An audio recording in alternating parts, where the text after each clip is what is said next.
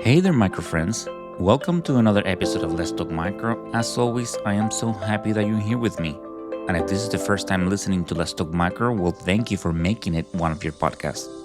Okay, so I know you're tuning in because you want to learn more about, genomic epidemiology. So I'll be brief. In this episode, I am joined by Krisandra Allen, who is a genomic epidemiologist. So we start by talking about the definition. What is genomic epidemiology? you know what do they do with that information, that genetic information. We talk about the role of the clinical microbiology lab in that. So as I like to say, all in all, such a great episode, so let's go ahead and listen to it. Hey, micro friends. Sometimes, well, as microbiologists, we hear the term, epidemiology, and we hear things about gene sequencing. And so today, I met someone in one of the conferences that we already had connected via LinkedIn, and but she works in genomic epidemiology, and I thought it will be a good time, to do an episode and kind of talk about that. And as you, the listeners, and I myself, we always like learning and about what people do. So with me today, I have Krisandra Allen. Krisandra, welcome to Let's Talk Micro. Thank you. Excited to be here with you today. Definitely a pleasure having you here. Here in Let's Talk Micro, we always like, start with like a quick introduction. So maybe you can start with that, what you do and anything else that you like to share with the audience about your role. Yeah, so I am a genomic epidemiologist. I work with both public health agencies or clinical partners that are looking at how to incorporate genomics into their infectious disease investigations. So I got into this by I did my undergrad in microbiology, really loved that. Took my first statistics class as part of that and loved that so much that I decided how can I combine microbiology and statistics, and that's how I ended up deciding to go get my master's of public health in epidemiology. And then over time, spent some time working both as an epidemiologist in the field, doing outbreak investigations, and then also going back to the lab to spend some time doing hands on PCR testing for diagnostics for things like norovirus. And so now I am, really being able to combine both those worlds and bringing those advanced lab technologies and taking advantage of those to help the epidemiologic investigations. Perfect. So welcome again. So, maybe we can start with some basics here for the audience. And so maybe, can you define, genomic epidemiology in clear terms? Yeah, so I think it's helpful to break down each term individually and then combine them together. So, for epidemiology, that is the study of the patterns and determinants of disease in a population. So, who's getting sick? What are they getting sick with? Why are they getting sick? All of those pieces. And then genomics is looking at the complete genetic makeup of an organism and using that to learn information about it. So, when we talk about genomic epidemiology in the context of pathogen genomics, we're really talking about using that genetic data that we can pull out from those organisms to help understand what's going on with the patterns of disease. Why is this particular strain of one bacteria or virus causing maybe different symptoms or affecting people differently, or starting to put together the pieces of who may be infected who or got infected from the same places. So it's really bringing together the power of genomics and layering that on top of the traditional who, what, where, when, why of epidemiology. Such a great answer. Thank you for that.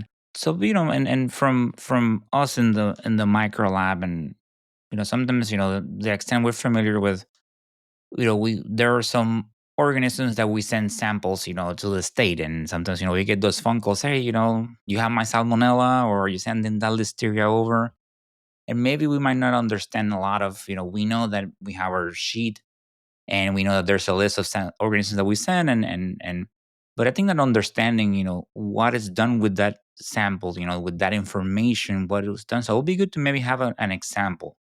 So maybe you can start with that, with an example of starting with like specimen submission. You talk about sequencing. So what information does that provide? And then when you have that information, how is that used in public health? Yeah, great question.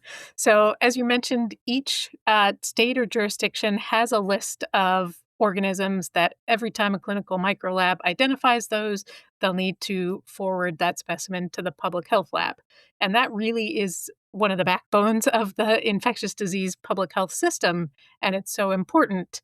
And I know it may feel like at times that you're sending it off into the void, but there are a lot of things that happen.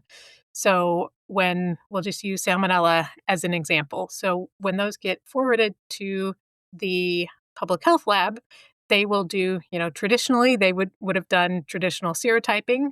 Now that is often done just using the sequencing data instead of the traditional anti-sera. So what the public health lab is doing is they're doing kind of that next layer of characterization. So, you got the confident idea of we know this is salmonella. And then at the public health lab, they'll do the sequencing, say, hey, it's a salmonella enteritidis or typhimurium or whatever the more specific ID is there. And then with the sequencing data, um, I'm going to give an example in the foodborne world because I worked on a lot of these outbreaks. But that sequencing data will be analyzed. And one of the main things that it's used for in public health is looking for relatedness. So the public health lab, you'll have the people on the bench actually doing the sequencing, and then there's usually a layer of people who do the bioinformatics. So taking that raw sequencing data and turning it into something that makes sense and is useful. And then from there, it's shared with the epidemiologists. And it can be shared in lots of different formats, but often it's shared to give a sense of, hey, these two people have a salmonella that looks almost identical or super similar. And then the epidemiologist will look at that and say, hey, do these two people that the lab told me about, is there something in common that may explain? And sometimes it's easy to find. Sometimes they're two household members, or sometimes you can find an event or something. These two people both ate at this restaurant. But what the adding the genomics layer is really helpful at then going the next step and connecting cases where it would have been really hard otherwise to connect them. So in my salmonella example, we had one time where we had the lab told us in the fall, they said, hey, you got two salmonella, you got a cluster. These two are really similar to each other. Couldn't find anything. 8 months goes by, and the lab comes back and says, hey, you've got two more that match these other two from 8 months ago. You know, we would have never connected that just based on the epidemiological evidence. But since the lab data was saying, hey, all these four are related, then we were able to dig deeper, calling the patients. A lot of epidemiology is on the phone, talking to people, saying, where did you eat? Where do you shop? And through that, we were able to actually identify a common uh, grocery store and a common deli, and actually be able to intervene and make changes which stopped the ongoing transmission.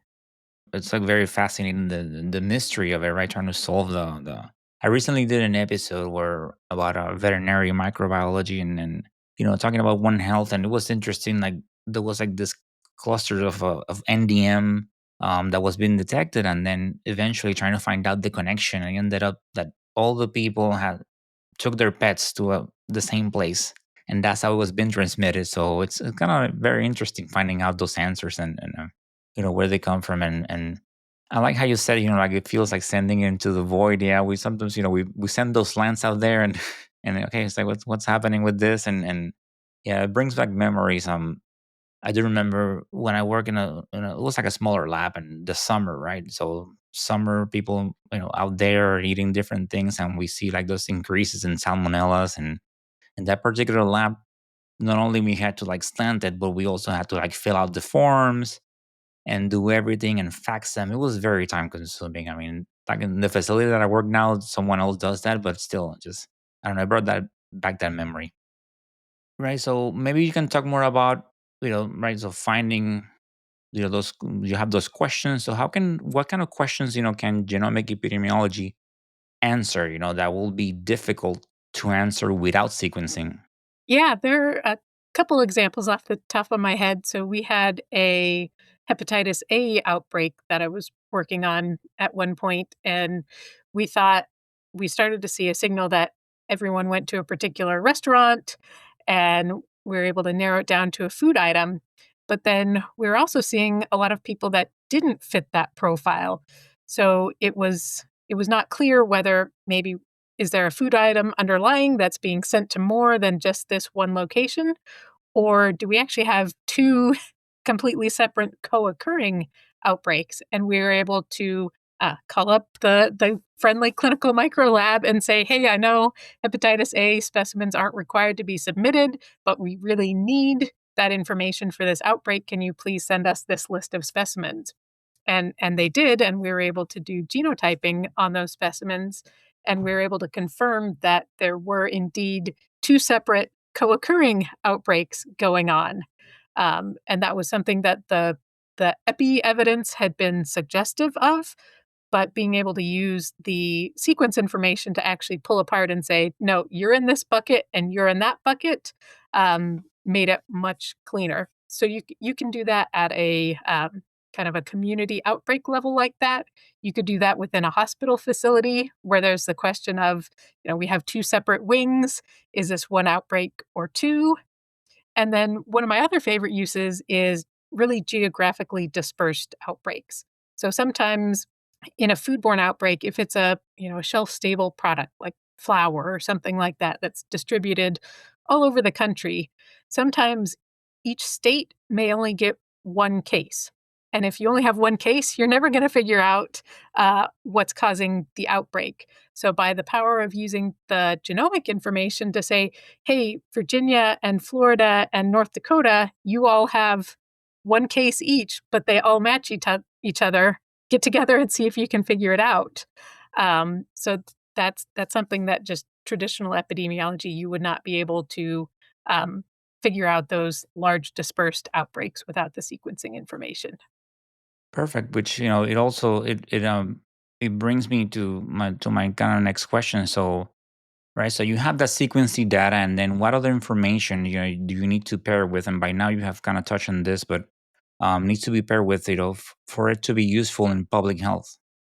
Yeah. So at a there's the outbreak level where you're going to want to pair it with exposure information. So did they swim at a lake? Did they pet an animal? Like all each disease in the investigators, the epidemiologists, the nurses, etc., will be calling the patient and asking a list of disease specific questions. So if it's commonly transmitted um, through animal contact or food, then you'll get a list of specific questions for that. So that's really important. Travel information is really important, especially, if you get a dengue fever or something like that. Like, did they travel to an area where that is known?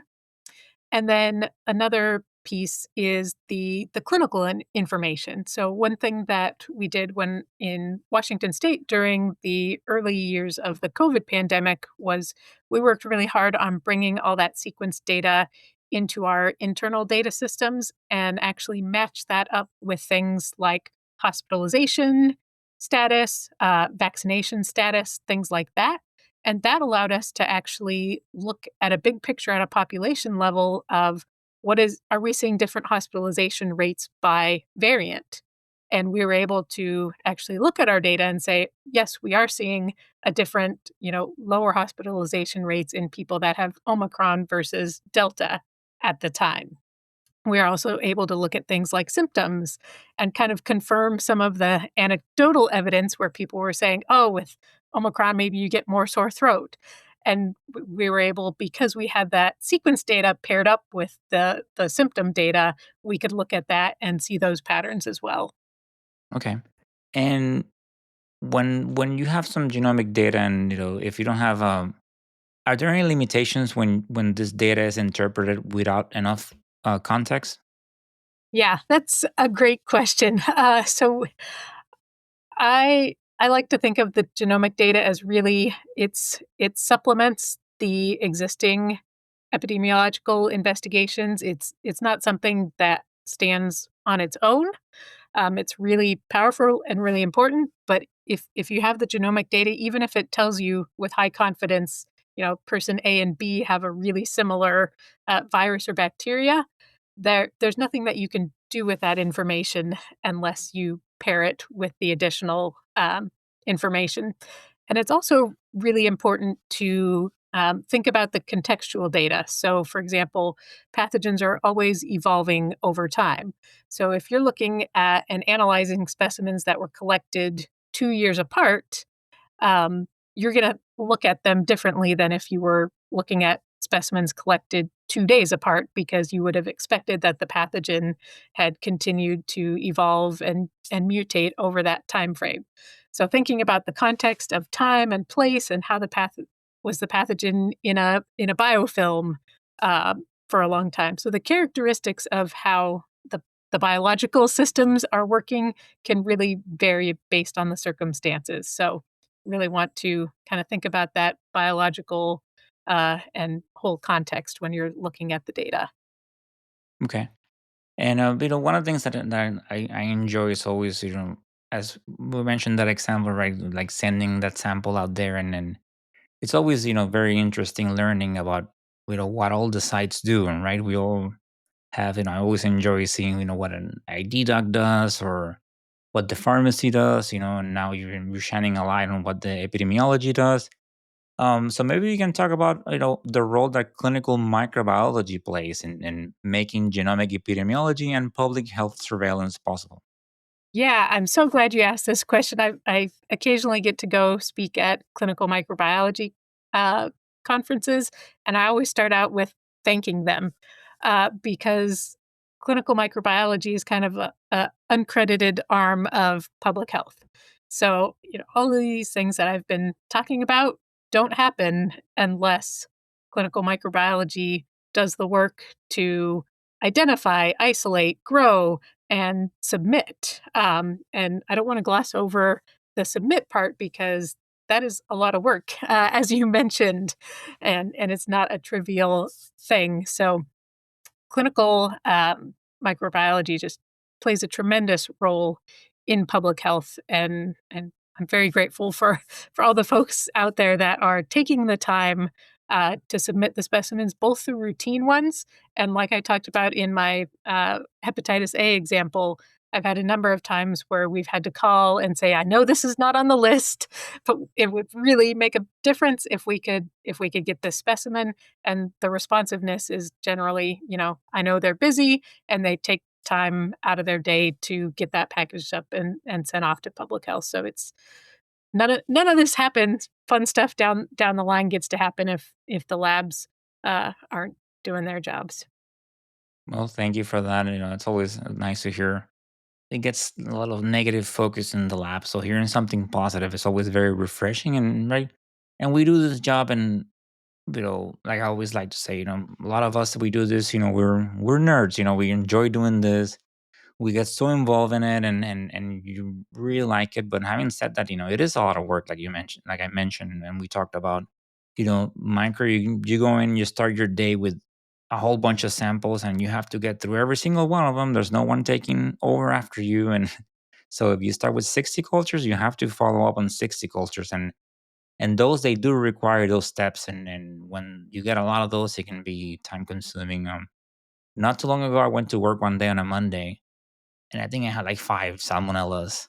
So, going through that process of doing the typing, prepping the slants, doing all the documentation and making sure that, it is time consuming, and definitely have some good experiences with people from public health. They call asking, okay, is that salmonella on the way? And then depending on, well, right now we're working on this, and they're very understanding, and okay, well, at least we know that you guys are on it, and we'll be expecting it. So definitely some good interactions there.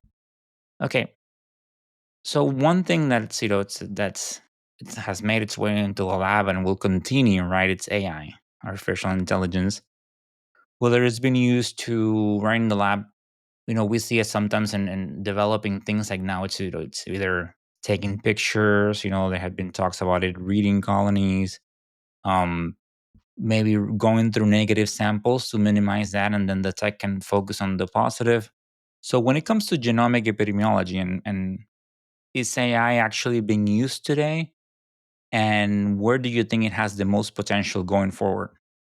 Yeah, I'm not aware of a lot of kind of production level uses. I think, similar to the clinical lab space, the public health space is pretty. You want to make sure that you're right and you're evaluating any new tools pretty thoroughly.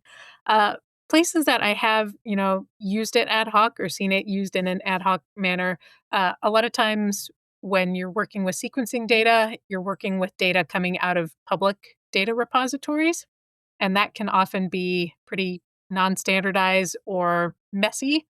So I've used it here and there ad hoc to do things like clean up the host species. So you might, for example, pull a list of 100 salmonella from animals, and some of them have the scientific name, some of them have the common name, and AI is one tool that can help clean that type of metadata up, which is metadata is probably the hardest part of one of the hardest parts of working with sequencing data.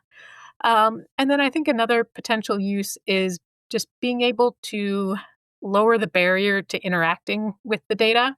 So, sequencing data is really complex, but there are parts of it that you can pull out, serotype or antimicrobial resistance genes or things like that, and put into structured databases.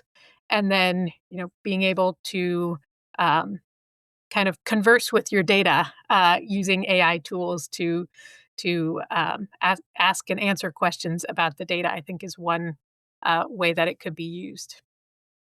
Yeah, that's one thing that it seems to be, as I have talked to people and things, that sometimes using it right to organize large amounts of information and kind of help you access some things and make it easier rather than what it will take you a long time to figure out, or go through like a lot of data. Then maybe, okay, maybe ask this question and organize it by this or that, and maybe kind of helps you focus a little bit, and maybe reduce the time. So that's something definitely very common that we see with this type of application. And like I mentioned, in the clinical sector, definitely a lot of talks about using it in instruments and things like that to help out with the vast amount of samples. That if there's a way that, especially like things like the negatives and things like that, that then the tech has more time to focus on other things. Okay, so looking ahead, how do you see genomic epidemiology evolving over the next few years? And what role would clinical labs play in that in the future? Yeah, I am excited to see where it goes. I think we have seen a huge expansion. So, what I've seen over my career in public health is initially, labs got sequencers and then they figured out how to generate data. And then they got the bioinformaticians to take that raw data and turn it into useful information. And now we have a lot more public health agencies that are growing their genomic epidemiology capacities to then take that useful information, marry it up with that epidemiological information, and really pull that into those everyday workflows. So it's been really exciting to see the expansion of the workforce. So I think we're going to see a lot more maybe not as much workforce as expansion as we'd like to see, but I think workforce retraining of just upskilling the existing infectious disease epidemiologists to be able to effectively use this type of data. And I think we're going to see a broadening of the pathogens that it's used for. So it's been used in the foodborne enteric diseases, salmonella, E. coli, listeria, things like that for a number of years. But now we're starting to see across a broader range of pathogens, vaccine preventable diseases, things like that. So I think we'll continue to see that expanding. And that all gets back to you can't do the sequencing if you don't have the specimens. So finding ways to make the data submission, the sample submission from clinical labs to public health labs easier. I think we're starting to see some academic or even larger clinical labs that are actually doing sequencing in house for various reasons, and thinking through ways that maybe labs, if they are sequencing in house, maybe they need to submit the sequence data electronically rather than physically mailing in every specimen. So I think we need to be forward thinking about kind of the systems and the regulations to accommodate the world as it's changing. Yeah, definitely. And I mentioned this before. It's the field has changed so much over the years, and you talk about sequencing, and 10 years ago when I was working in the bench, that wasn't.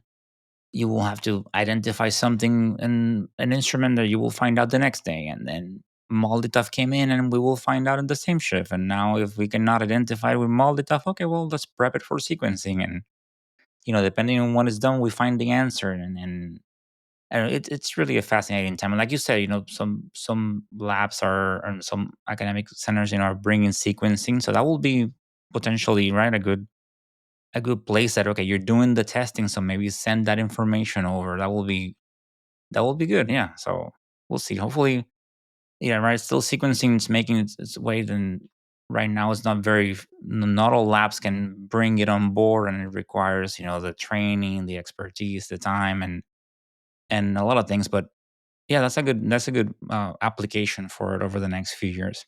Okay. I always like to, as the episode kind of ends, I like to end in a lighter note, and I like asking a question and finding out the answers are fun. But before I do that, is there anything else that do you have any closing thoughts about this? Anything that you want to add or tell the audience? Um, I think I get a lot of questions from students about kind of pathways. And, my path has gone from worked in a lab right out of undergrad to working in epi, to working in the lab, to working back in epi. And I think the point you made about, understanding what some of the other professions and disciplines around you do is really critical.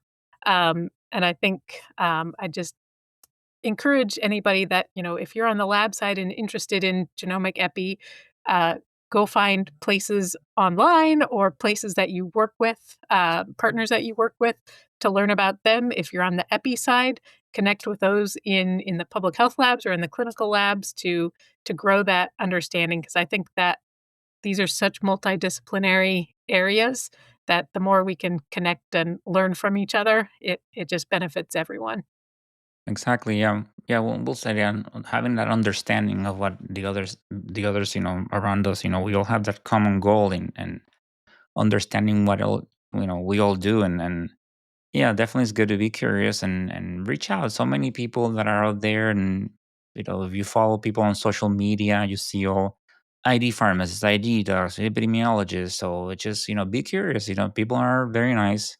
If you see an email, ask them. Email them, and people are always willing to talk to you and answer questions. I had some really good positive experiences. And at the same time, if you're curious and you can't find anything, you can always email me and I will forward your question to, if I know the person, I will find out and I will forward it to you. I have done that before. So, that's always a good place to start if you have any questions. So this is a question that I like to ask and find out what the answers are. So we all have this organism, this bug that we like for any number of reasons, right? Or it could be we work with it in school. That's always a very common reason why people give me this answer. Or it could be in a mechanism, something visual. Bottom line, we all have this favorite bug or least favorite bug. It's also a fair enough answer. So, Chrisandra, what's your favorite bug? It's close. So I'm gonna give you my second place and then my first place. So I'm gonna cheat here. My second place is norovirus. That was what I worked on in the lab doing the testing. Getting my hands dirty, not literally. Had good PPE and testing practices. But my number one favorite is enteroviruses. Um, so I got to work with enteroviruses both on the epi and the lab side. We had an outbreak. So enteroviruses can cause all sorts of diseases. One of the diseases they cause is hand, foot, and mouth disease, where you get sores on blisters on your hand, feet, and around your mouth. And it typically happens in preschools. Well, I was a epidemiologist and got a call from a college student health center that said, "We have an outbreak of what we think is hand, foot, and mouth disease." which was pretty unusual. So we were able to get some specimens sent in. They ended up sending those all the way to the CDC for sequencing to identify what was going on. Why do we see this hand, foot, and mouth disease enterovirus outbreak in an unusual population? And they were able to identify that it was Coxsackie virus, which is a type of enterovirus, Coxsackie virus A6. And typically, what we have seen in the US for hand, foot, and mouth disease at the time was Coxsackie virus A16.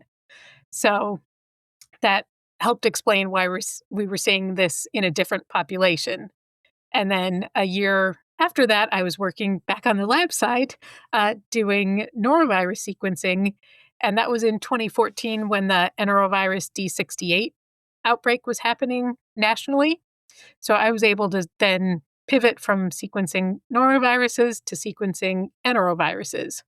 And my very favorite part, and I think this is a part I still miss about the lab, was that I would sequence, we'd get enterovirus positive swabs submitted from the clinical labs, and then I would sequence them, and I'd do all the work to sequence. It was like a 2-day process back in the day. And then I'd sit down at the computer and I'd get to review the results. And I would see, we might have enterovirus C105, rhinovirus A101, all these different enterovirus subtypes.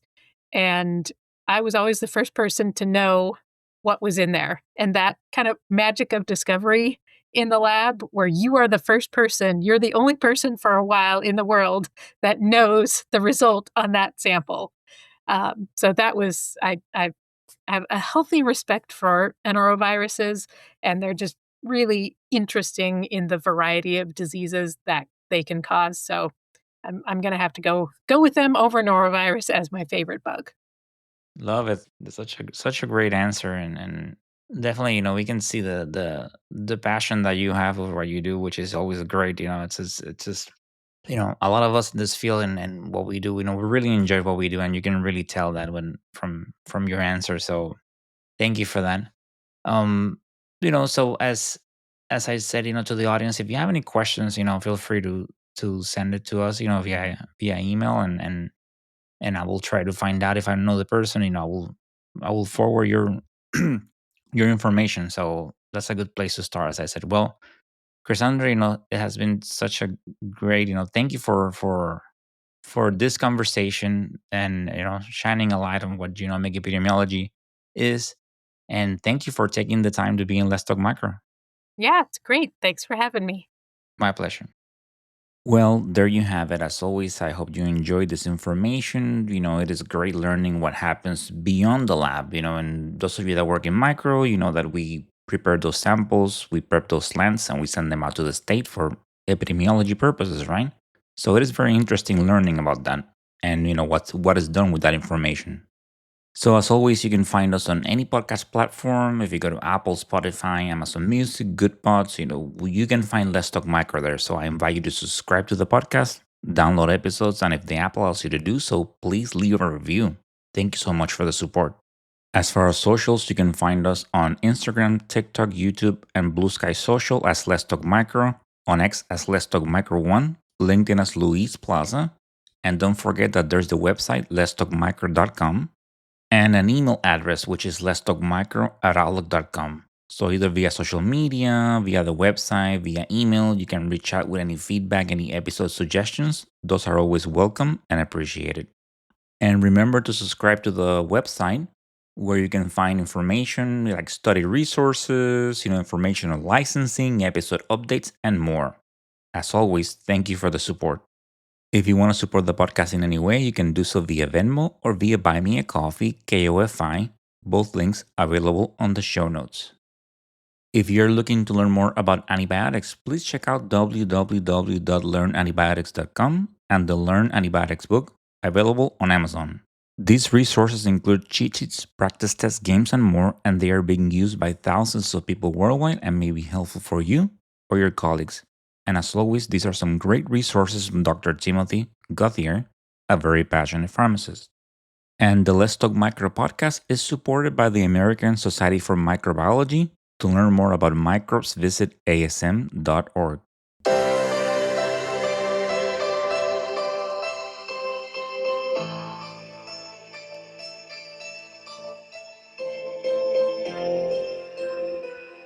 And that, micro friends, is the end of this episode.